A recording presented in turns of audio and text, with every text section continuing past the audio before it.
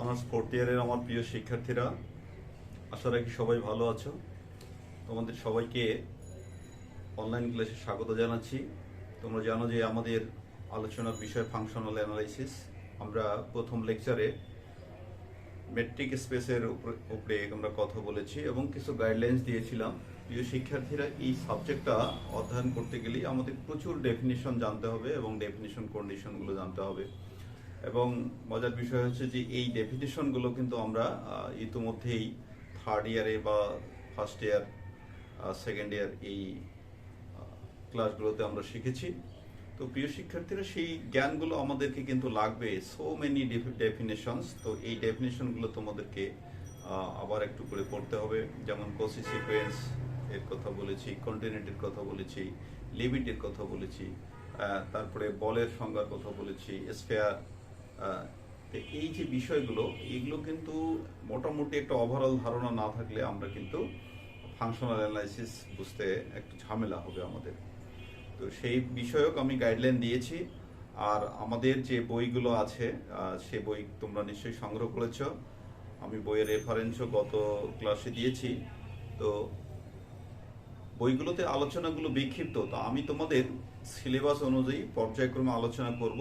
এখন যেটা বই আছে আমি ফলো করতেছি, সেখানে দ্বিতীয় চ্যাপ্টার ইম্পর্টেন্ট। দ্বিতীয় চ্যাপ্টার থেকে আমাদের ইম্পর্টেন্ট চ্যাপ্টার অ্যাকচুয়ালি শুরু। প্রথম চ্যাপ্টার থেকে খুব একটা আসে না, সেটা আসলে টপোলজি থেকে আসে এবং ফাংশনাল অ্যানালাইসিস থেকে, সেখান থেকে তেমন প্রশ্ন হয় না। তো ফাংশনাল অ্যানালাইসিসের মেইন গুরুত্বপূর্ণ চ্যাপ্টার হচ্ছে দ্বিতীয় চ্যাপ্টার। আমি সেখান থেকেই আলোচনা করব। আমরা আলোচনা করব metric space, linear metric space. তো what does linear metric space mean, সেই বিষয়ে আলোচনা করার আগে আমাদেরকে আরো কিছু প্রস্তুতিমূলক ডেফিনেশন জানতে হবে। আমি সেই ডেফিনেশনগুলো তোমাদেরকে এক এক করে বলে দিচ্ছি। প্রিয় শিক্ষার্থীরা, তাহলে তোমরা লিখতে থাকো। আমরা লিনিয়ার মেট্রিক স্পেসে যাব অবশ্যই, কিন্তু একটু অপেক্ষা করতে হবে, অর্থাৎ প্রস্তুতিমূলক কিছু ডেফিনেশন আমাদেরকে এখনো শিখে নিতে হবে। আদারওয়াইজ আমরা কিন্তু সরাসরি যদি সেই ডেফিনেশনে যাই, তাহলে আমরা কিন্তু সেই বিষয়টা কিন্তু বুঝতে পারবো না। তো প্রথমেই আমি তোমাদেরকে বলে দিচ্ছি যে নর্মড স্পেস। নর্মড স্পেস কাকে বলে? নর্মড স্পেস আমরা আগেই বলেছি যে ফাংশনাল অ্যানালাইসিসে এখানে একটা প্রবণতা থাকে রেজাল্টকে জেনারেলাইজ করার। তো এখানে আমরা শুধু নর্মের কথা বলবো না। আমরা জানি যে একটি সংখ্যার নর্মকে আমরা এই চিহ্ন দিয়ে প্রকাশ করি, আর ডাবল ভার্টিক্যাল লাইন দেই সেই সংখ্যাটার উভয় পাশে। তা নর্ম মেনলি একটা ডিস্টেন্স মিন করে, এবং নর্মের সাথে আরো অনেক কিছু বিষয় জড়িত, যে বিশেষ অবস্থা, একটা সেট কোন জায়গায় বসে আছে তার অবস্থা সহ সবকিছুই মেইন করে। যেমন ধরো যে নর্ম বলতে ডিস্টেন্স তো হবেই, এবং সেই সাথে যে যেমন তুমি যদি কলেজে আসো, তাহলে কলেজের নর্ম কি? তোমাকে কিন্তু ভালো একটা পোশাক পরিচ্ছদ বা কলেজের যেটা কি আছে নিয়ম নীতি, সেগুলো সবকিছুই মেনে চলতে হবে।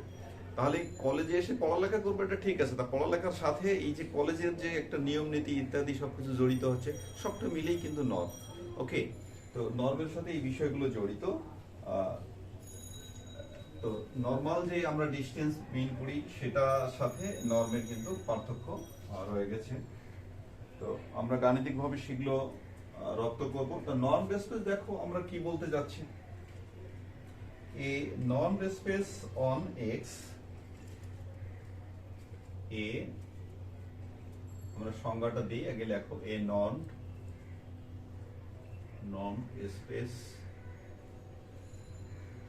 on x, এই যে x is a set, এটা সেট কেমন সেট? এটা কিন্তু একটা vector space.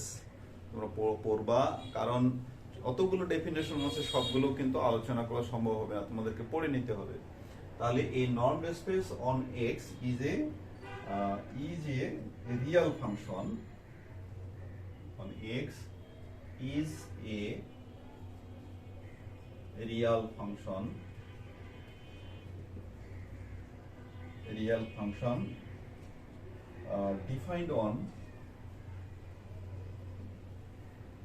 defined on x such that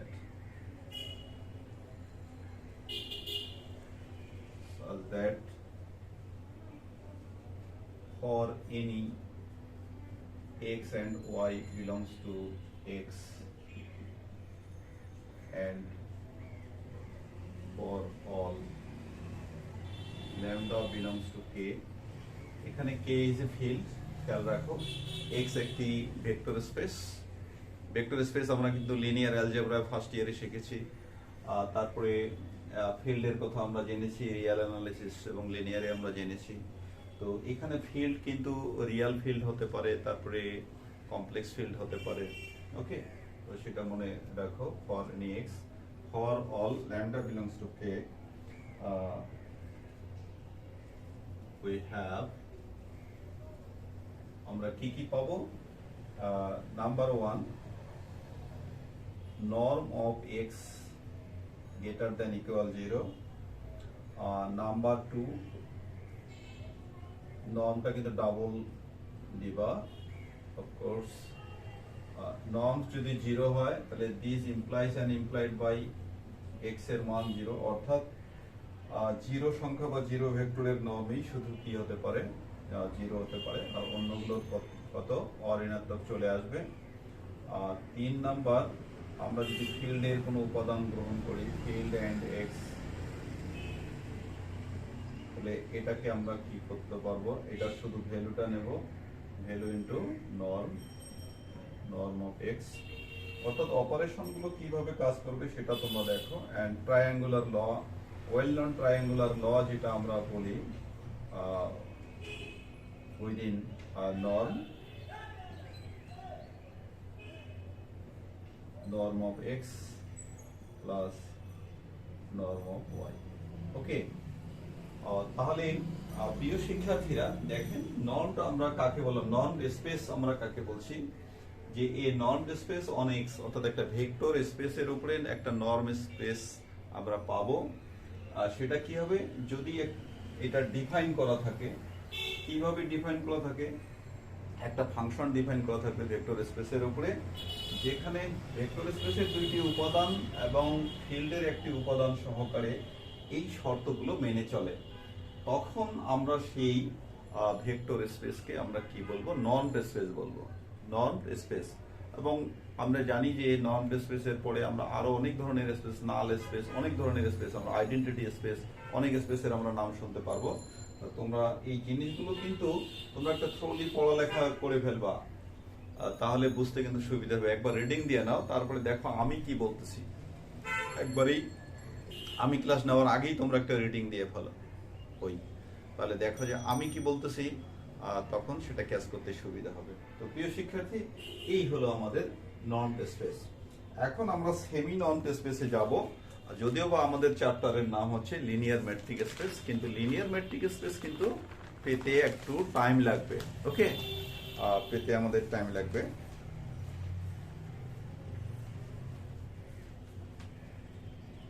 তাহলে নর্ম আর নর্ম স্পেসে এখানে তোমাদেরকে একটা বলি যে নর্ম স্পেসে কিন্তু যে আমাদের ইয়ার ডিফাইন করা থাকবে,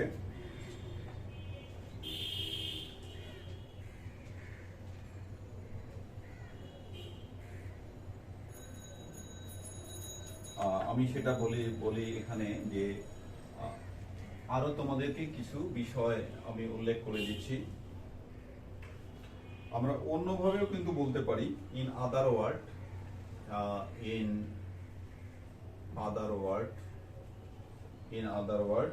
a normed space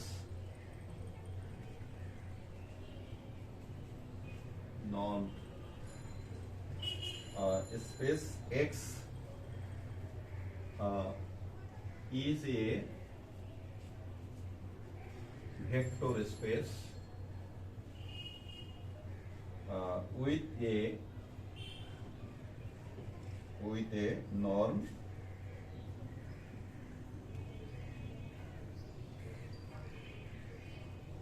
defined on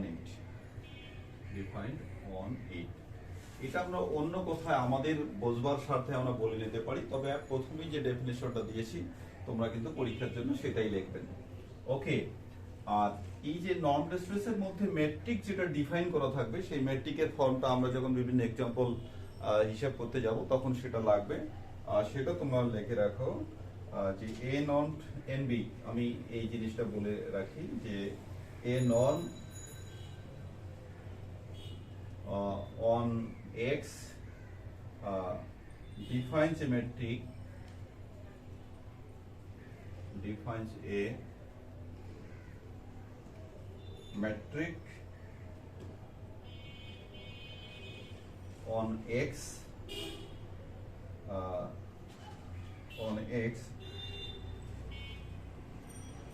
which is given by metric x y equal norm of x minus y. ওকে, অর্থাৎ আমরা বলতে চাচ্ছি যে নর্ম স্পেসের মধ্যে মেট্রিকটা এই সূত্র দিয়ে ডিফাইন করা থাকবে। অর্থাৎ in the case of norm space will write matrix in this form, will write matric in this form dear student. অর্থাৎ নর্ম স্পেসের মধ্যে আমরা মেট্রিককে এই ফর্মে লিখব। ওকে, আচ্ছা, এটার আরো অন্য নামও আছে। এটার অন্য নামও আমরা যাকে নর্ম স্পেস বলি, এটার অন্য নামও আছে। সেই নামটা লিনিয়ার স্পেস, আমরা ভেক্টর স্পেস আমরা বলতে পারি। সেটাও আমরা বলতে পারি যে linear space, non linear space. এটা 1 নম্বর দাও, আর 2 নম্বর দাও যে নর্ম স্পেস और লিনিয়ার নন লিনিয়ার স্পেস। এই দুই নামে যে কোনো একটা নাম তোমরা বলতে পারো। নন লিনিয়ার স্পেস একই জিনিস। Linear space is denoted by আমরা এই সিম্বল দিয়ে লিখবো। এই সিম্বলটা যদি তোমরা দেখো, কমা দিবা, তারপরে নর্ম দিবা, এখানে একটা বড় করে দিবা, ওটা দিবা। এই আমরা ফরমালি কিন্তু এভাবেই লিখি, অর সিম্পলি আমরা এভাবেও লিখতে পারি, সিম্পলি বাই এক্স। আমরা যদি ল্যাঙ্গুয়েজ দিয়ে বলে দেই যে it's a norm space, no matter, simply বললেও এটাই কিন্তু মেইন হবে। But if we like to write formally, then you have to write this symbol, dear students. Okay, তো এই হলো আমাদের নর্ম স্পেস সম্পর্কে কথা বলা। এখন সেমি নর্ম স্পেস আছে, তারপরে কমপ্লিট নর্ম স্পেস আছে। এই বিষয়গুলো তোমাদেরকে একটু জানতে হবে, কারণ এর উপরে পরবর্তী আরো অনেক সংজ্ঞা আমাদের করবে, ডিপেন্ড করবে। তো সেমি নর্ম স্পেসে আগের যে 4টা কন্ডিশন আমরা দিলাম, 4টা কন্ডিশনের 3টা কন্ডিশন কাজ করবে, শুধু ইকুয়ালটা কাজ করবে না। ইকুয়ালটা বাদ দিয়ে বাকি 3টা কন্ডিশন হোল্ড করলেই সেমি নর্ম স্পেস হবে। আমরা সেটাও বলে দিচ্ছি। আমি যতটুকু লিখে দেবো পরীক্ষায় ততটুকু লিখলেই ইনশাল্লাহ তোমাদের একটা ভালো একটা জায়গায় পৌঁছতে পারবা। তো আমি সেই সেমি নর্ম স্পেসে চলে যাচ্ছি ডিয়ার স্টুডেন্টস। তোমরা একটু লিখে নাও semi norm space.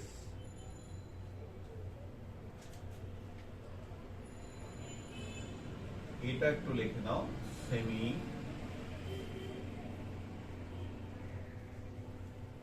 Norm space. ওকে, আগেই আমরা নর্ম স্পেসে কতটা কন্ডিশন দিয়েছি? নর্ম স্পেসে কন্ডিশন দিয়েছি 4টা, আর এখন সেখান থেকে একটি মাইনাস হবে। একটি মাইনাস হলেই আমরা সেটাকে কি বলবো? Semi norm space. তো সেটা লিখে নাও, এ স্পেস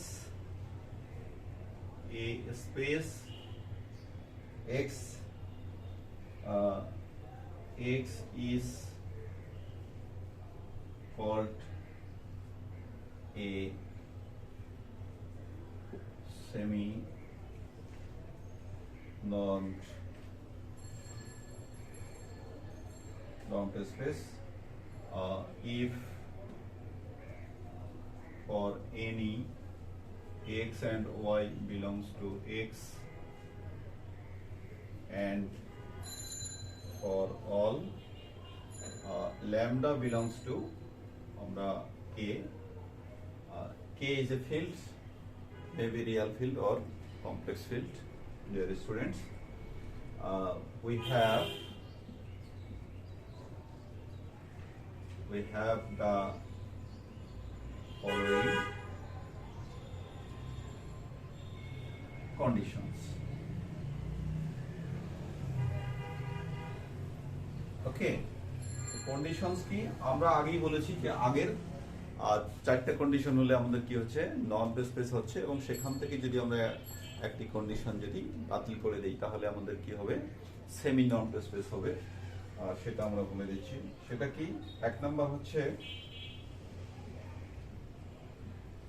গ্রেটার দেন 0, তারপরে দ্বিতীয়টা বাদ গেছে, আগের দ্বিতীয়টা বাদ গেছে,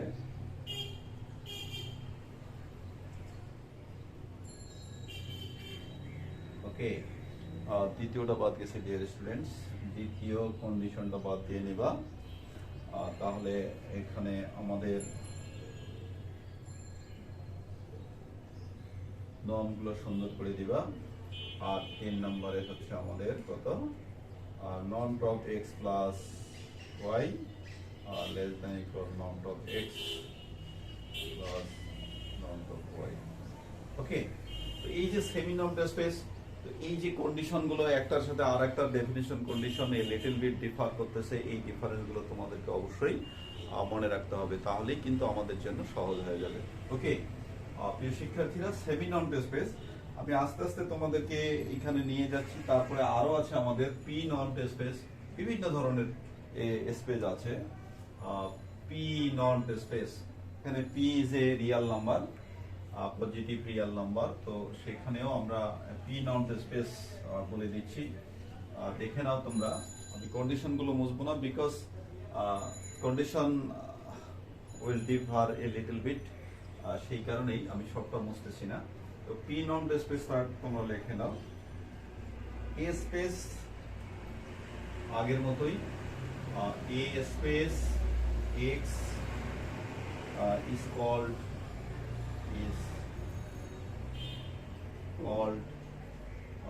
a p norm space,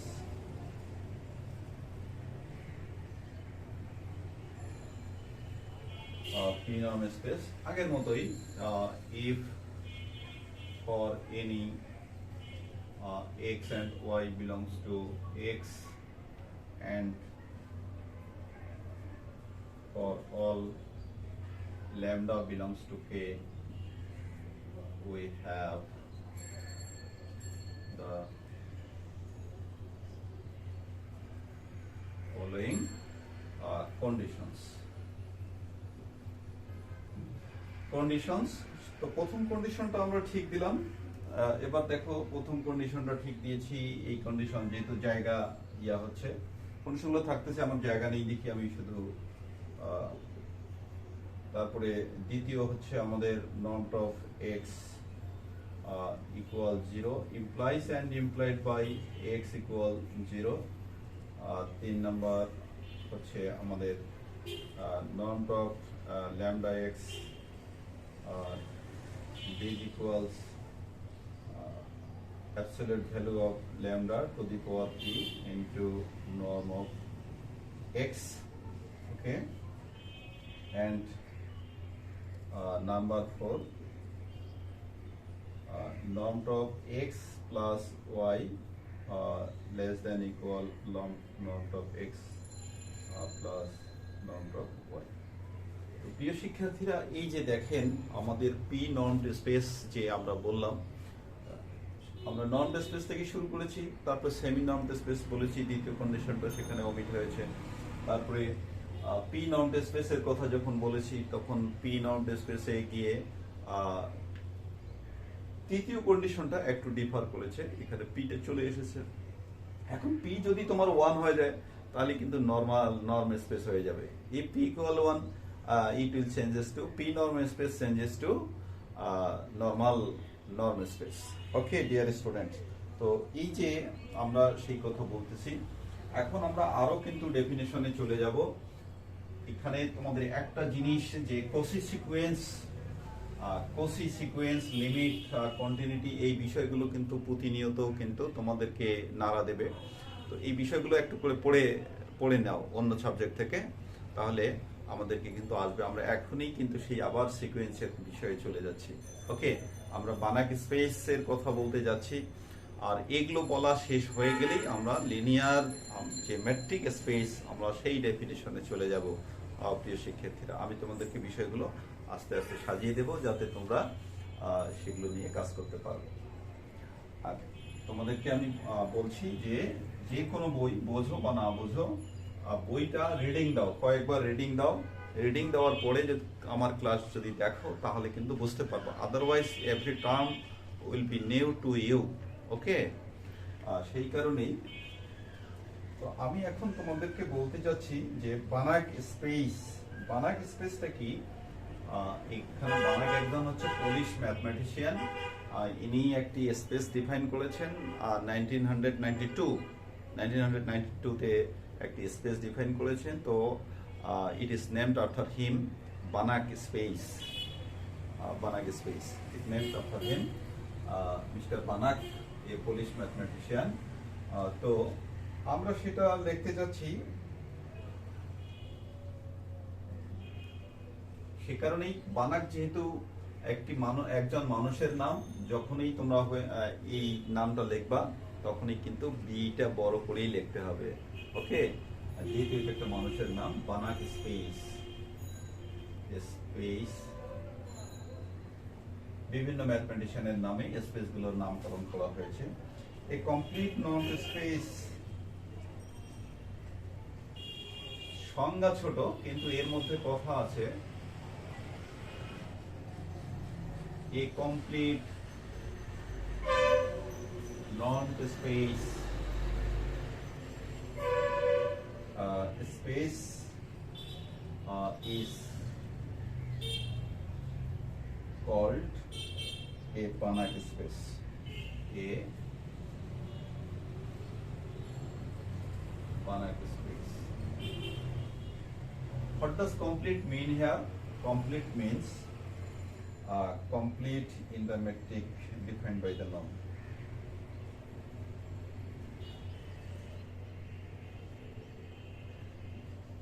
Complete in the metric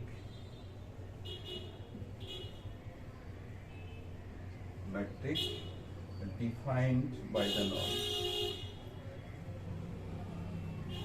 Defined by the norm. ওকে, প্রিয় শিক্ষার্থী, আমরা সংজ্ঞাটা কিন্তু খুব ছোট একটি সংজ্ঞা দিলাম, কিন্তু এখানে কথা আছে কমপ্লিট নর্ম স্পেস, অর্থাৎ একটি নর্ম স্পেসকে কমপ্লিট হতে হবে, তাহলে সেই নর্ম স্পেসকে আমরা কি বলবো? বানাক স্পেস। এখন কমপ্লিট হতে গেলে কি করতে হবে? সেই স্পেসে একটি ম্যাট্রিক ডিফাইন করা থাকবে, কমপ্লিট ম্যাট্রিক ডিফাইন করা থাকবে। ওকে, তাহলে আমরা প্রথম চ্যাপ্টার কিন্তু সেরে এসেছি, যে ম্যাট্রিক স্পেস সেরে এসেছি। সেখানে দেখতে হবে কমপ্লিট ম্যাট্রিক স্পেসটা কি। কমপ্লিট ম্যাট্রিক স্পেসটা কি সেটা দেখো। কমপ্লিট ম্যাট্রিক্সটা হচ্ছে যে সেখানে যদি প্রত্যেকটা সিকোয়েন্স যদি কি হয়? Kosi sequence.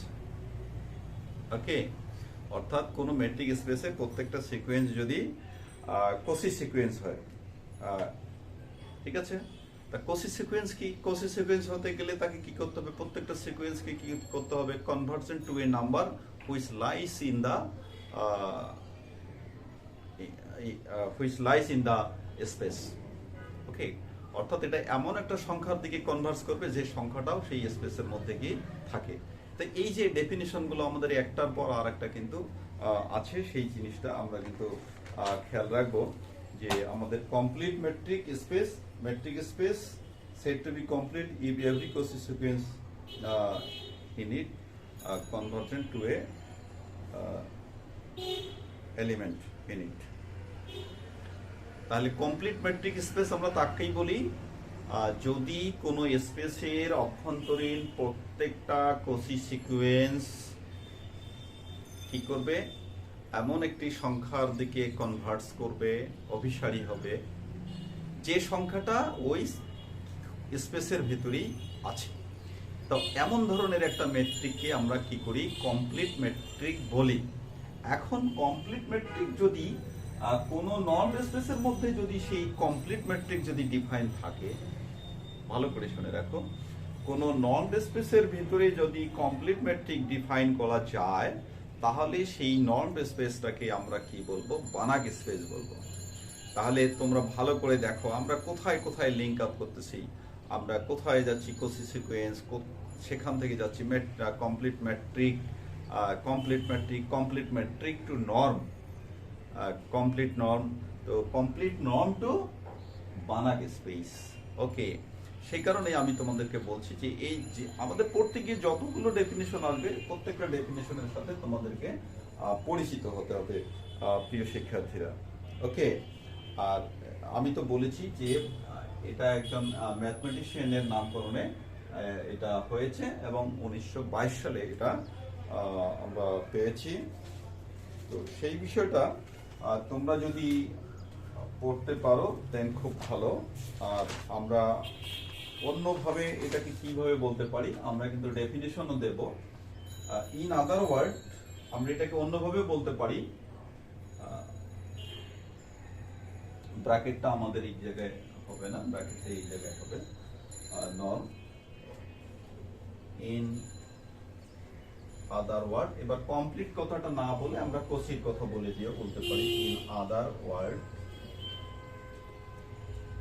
in other word, a non-space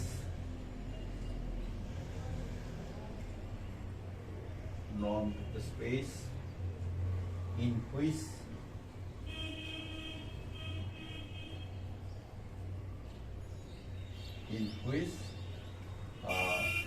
every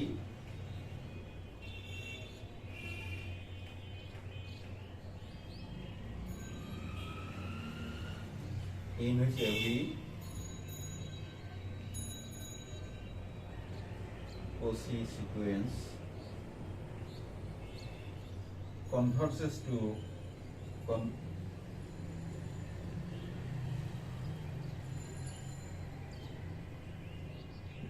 is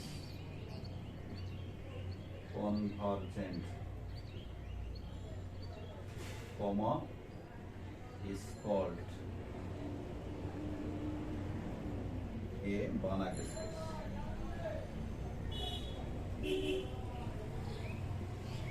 dear student, কথা যেভাবেই বলি কথা আমরা আগের জায়গাতেই আছে। আমরা বলেছি কমপ্লিট স্পেস, কারণ complete space complete norm space হওয়ার জন্য every Cauchy sequence should be convergent to a number which number lie in that space.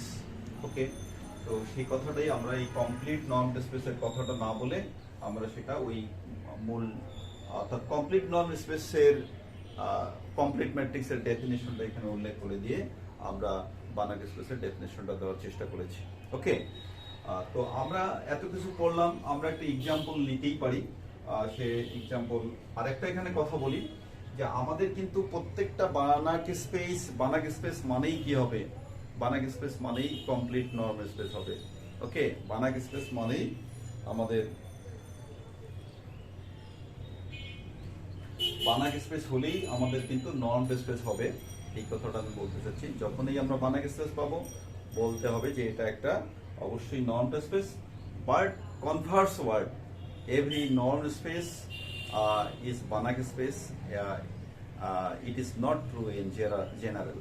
Okay, I mean if you got a Banach space then it must be norm space, but a norm space must not be a Banach space. Okay, অর্থাৎ বলতে চাচ্ছি যে প্রত্যেকটা বানাক স্পেসই norm space, কিন্তু প্রত্যেকটা norm স্পেসেই সবসময় বানাক space নাও হতে পারে, কখনো হবে কখনো হবে না, এই কথাটাই বলতে চাচ্ছি প্রিয় শিক্ষার্থীরা। তো আমরা এই ধরনের একটি এক্সাম্পল নেই, আমরা এক্সাম্পল যদি নেই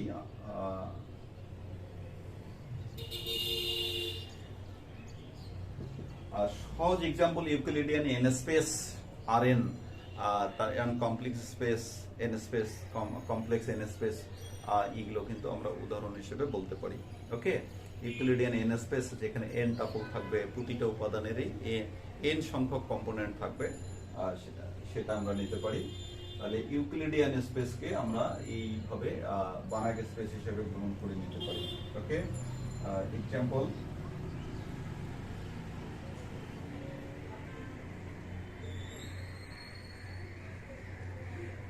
আর বানাক স্পেসেস।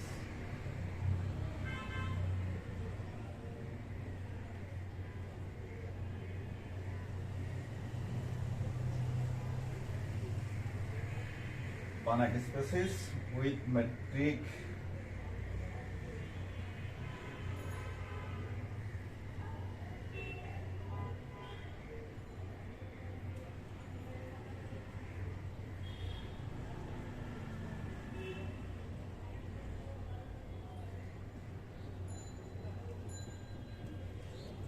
তাহলে এইটাকে আমরা বানাক স্পেস বলবো, যেখানে ম্যাট্রিকটা কিভাবে ডিফাইন করা থাকবে তো আমরা সেটা বলে দিতে চাচ্ছি। দুইটা উপাদানের ম্যাট্রিক কিভাবে ডিফাইন করা থাকবে, D X metric of X Y is equals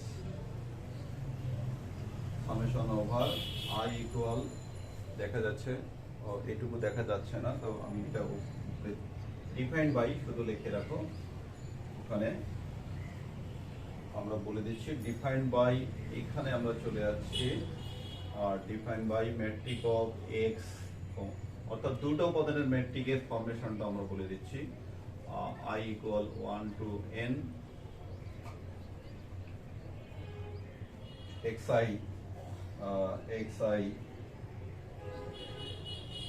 square, and এখানে আমরা কি পাচ্ছি হাফ। ওকে প্রিয় শিক্ষার্থী, এই হলো আমাদের এক্সপ্রেশনটা, ম্যাট্রিকের এক্সপ্রেশনটা। তো এইটা তোমরা মনে রাখবা, আমরা রুট পাওয়ার, তার মানে এটা যদি আমরা ভেঙে যদি লিখতাম তাহলে কিন্তু আমাদের কি হতো, যে x1 স্কয়ার প্লাস কত x2 square plus dot dot dot dot plus xn square, তারপরে এটা স্কয়ার আকারেই চলবে, আর এটা পাওয়ার হতো কত হাফ হতো, এভাবে আমরা বলতে পারতাম। ওকে প্রিয় শিক্ষার্থীরা, তো এই ছিল আমাদের বিষয়, কিভাবে আমরা এটা ডিফাইন করি। এখন আমরা অন্য একটা বিষয়ে চলে যেতে চাচ্ছি।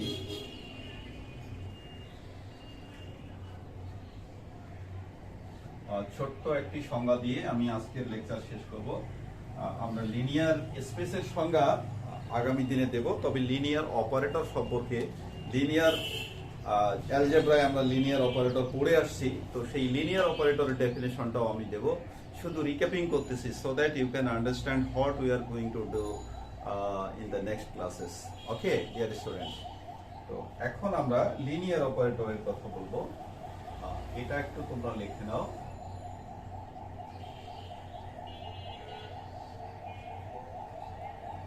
এগুলো আমরা লিনিয়ার অ্যালজেব্রায় শিখেছি। লিনিয়ার অপারেটর অবশ্যই একটি ম্যাপিং বা ফাংশন, আসলে বিভিন্ন জায়গায় বিভিন্ন নামে অভিহিত করা হয়, ম্যাপিং বা ফাংশন। আর সাবজেক্ট টু সাবজেক্ট এটা একটা লেখার ভিন্নতাও আসে, সেই কারণেই আমরা এটা দিতে চাচ্ছি যে এই লিনিয়ার অপারেটর কি,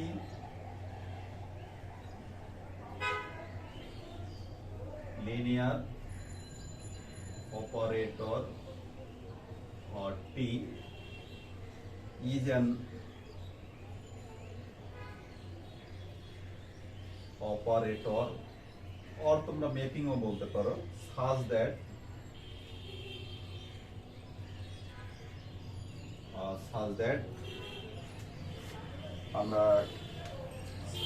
আমরা কি করতে পারি, কলমটা একটু বদলাই নেই।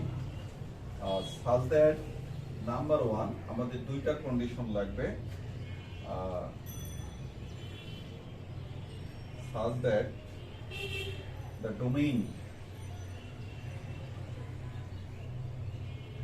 যেহেতু এটা একটা ফাংশন, অপারেটর একটি ফাংশন, ডোমেইনটাকে আমরা কি বলি, ডি ফাংশনের domain DT of T is a vector space,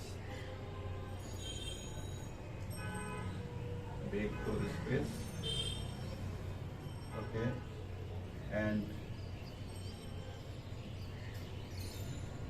range RT দিয়ে লিখি, অর্থাৎ T অপারেটরের range RT lie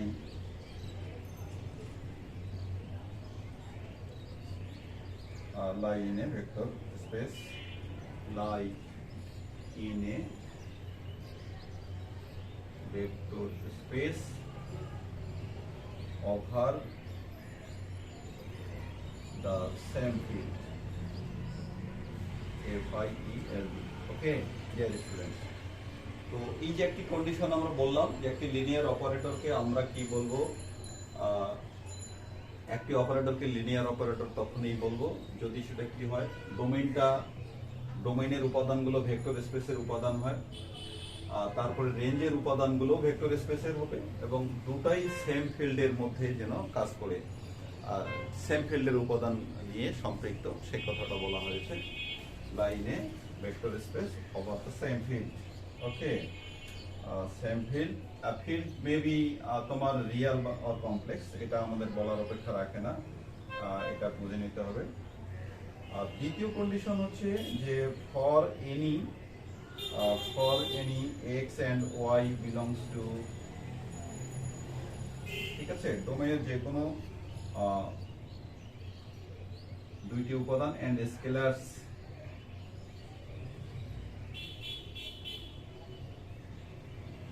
and scalars alpha, scalar alpha